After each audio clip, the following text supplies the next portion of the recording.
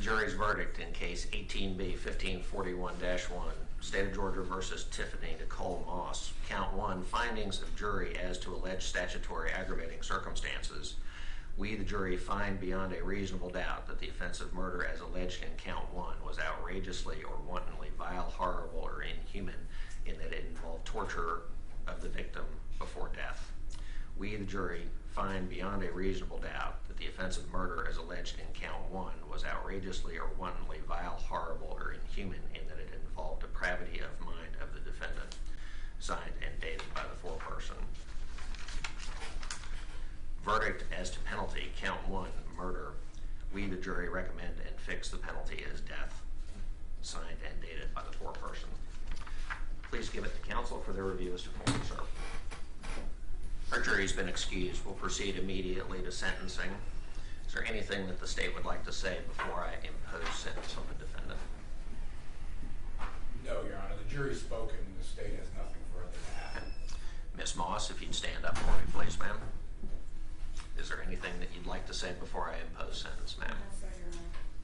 Ma'am, with respect to count 1, the jury has found you guilty of murder and other counts contained in the indictment against you. They have considered the circumstances surrounding that murder and found that aggravating circumstances exist. With respect to count 1, ma'am, I impose the sentence of death. Counts 2 and 3 are vacated by operation of law. They're felony murder charges. Counts 4 and 5, the cruelty charges, of course, merge. With respect to count 6, I impose a 20-year sentence to be served in confinement, ma'am. With respect to things that you should also be considering, ma'am, you should understand that the law requires that the date of execution be scheduled by the court at this time. OCGA section 171034 requires that the court set the date of execution not less than 20 days nor more than 60 days from today's date, and there's a 7-day window within which the execution is to take place. I fix the date of your execution, ma'am, as the 7-day interval between noon on June the 7th, 2019 and noon on June the 14th, 2019. You should also understand, ma'am, that there's an automatic review process of a conviction in a case like this. A defendant may elect to proceed either by motion for new trial or direct appeal, or may allow the case to be presented directly to the Supreme Court for review.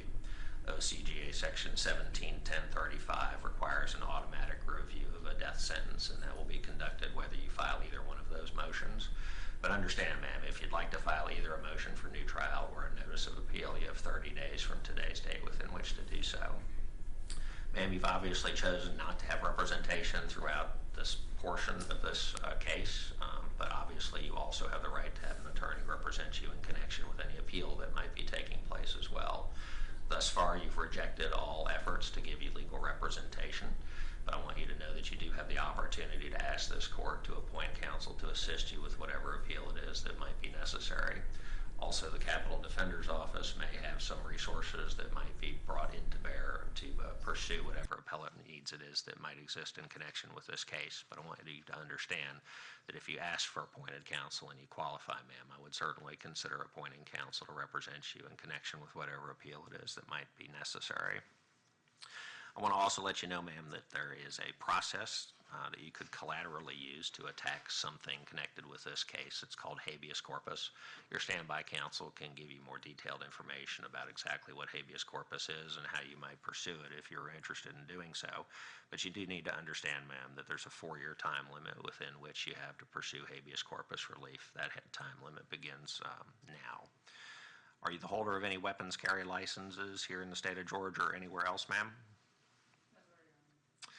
I will ask the state to retain the evidence that was presented through the course of our proceedings as an officer of the court and retain it safe pending any appeal that might be necessary. Ma'am, do you understand the sentence that I've imposed in this case?